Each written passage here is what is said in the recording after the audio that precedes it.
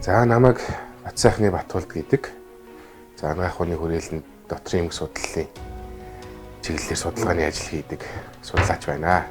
За манай гэр бүлийн хүнийг Ганц Цэцэг гэдэг мөн анагаах ухааны дээд сургуульд төгсч хүний хэмж мэргэжилтэй. За дархур зүүн чиглэлээр тайванд магистр зэрэг хамгаалсан эмч байгаа. За манай хүүхдүүд миний том охин Инхлүү.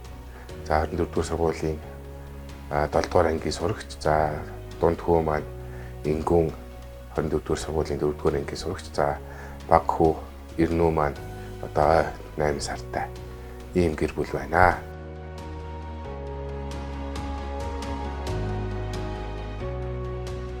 За миний би Тайван улсын Гаошууны анагаах ухааны их сургуульд С вирусын илгэний фиброз, за С вирусын халдварын үед илэрдэг илгэний бус шинж тэмдгүүдийн чиглэлээр судалгааны ажил хийж докторийн зэргийн амжилттай хамгаалсан.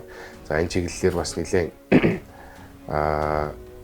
эрдэм судлалын бүтээлүүд хийж, за гадаадын импакт фактортай сэтгүүлд бас нэлээд өгүүл хэвлүүлсэн. Гадаадын сэтгүүлд англи хэл дээр өгүүл хэвлүүлнэ гэдэг бол судлаач эрдэмтдийн хувьд бол бас үнэлэмжийн асуудал байдаг. За ер нь импакт фактор өндөртэй, за нэр хүндтэй сэтгүүлд өгүүлэлээ хэвлүүлнэ гэдэг бол бас судлаачдын хувьд ялангуяа нэгдүгээр автораар эсвэл хариуцлагатай зохиогчор өгүүлэл хэвлүүлнэ гэдэг бол бас ихэнх судлаачдын бас дотроо бодож явдаг, тэмүүлдэг зорилгоудын нэг байдаг.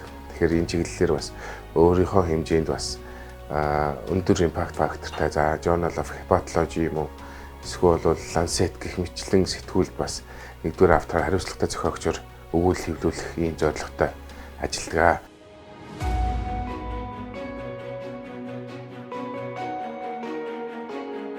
Манай гэр бүлийн хүн мөн адил бас хепатитын С вирусын архаг халдварын үед бөөрийн үйл ажиллагаанд ямар өөрчлөлт ордог вэ? Бөөрийн үйл ажиллагаа ялангуяа тэр түүтгэндсийн шүүлтийн хурд хэрхэн буурдаг вэ гэдэг чиглэлээр бас судалгааны ажил хийсэн. За өөрөө бол тархур судлалын чиглэлээр судалгааны ажил хийсэн. Монгол улсад Азийн орнуудад хепатитын С вирусын одоо эсрэг үүсэж байгаа иммуноглобулин илэрсэн хүмүүсийн тархалтын хувь, за мөн дээрээс нь С вирусын архаг халдвартай өвчтнүүдийн тоог тогтоох энэ чиглэлийн судалгааны ажлыг бас хийж Тайван улсад магистрийн зэргийг хамгаалсан байгаа. Миний судалгааны ажлын одоо гол гарсан үр дүнгийн одоо хэлэх юм бол С вирустэй хүмүүс энгийн хүмүүсийг харьцуулах юм бол одоо бөөрийн үйл ажиллагаа бол буурд юм байна гэдгийг бол тодорхойлсон байгаа. Мөн дээрээс нь одоо энэ бөөрийн ажиллагаа буурдгаас гадна хүний биеийн организмын ямар одоо өөрчлөлтүүд нь одоо нөлөөлт юм бэ гэж үзэх юм бол артерийн гипертенз, дээрээс нь цусан дахь өөх тосны солилцооны хямралууд буюу цусан дахь өөх тосны солилцоо буурд юм байна гэдгийг бол миний судалгааны ажлаар бол тодорхойлогдсон байгаа. Миний ажил бол эрүүл мэндийн одоо аппликейшн, эрүүл мэндийн одоо утаснасаа хэлбэр аргаар эрүүл мэндийн боловсролыг олгох чиглэлээр би бол одоо ажил хийдэг байгаа. Дээрээс нь эрүүл мэндийн салбарт ажиллаж байгаа эмч мэргэжилтнүүдэд чадваржуулах тийм одоо платформыг, эрүүл мэндийн сургалтын платформыг хөгжүүлээд явж ирсэн байгаа шүү.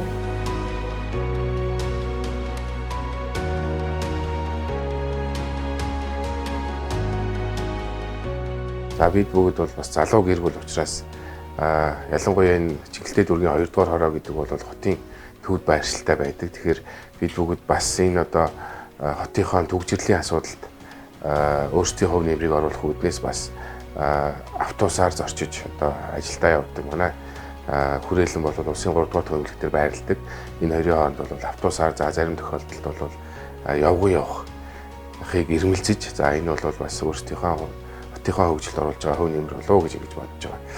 За эцэст нь бид бүгдийг дэмжиж ажилласан чиглэлтэй дүүргийн 2 дугаар хорооны хэсгийн хамт олон, мөн чиглэлтэй дүүргийн хамт олон, нийслэлийн хүүхд залуучуудын хөгжлийн газрын хамт олонд бас оюунлаг гэр бүлээ шалгаруулсанд талархал илэрхийлж байна.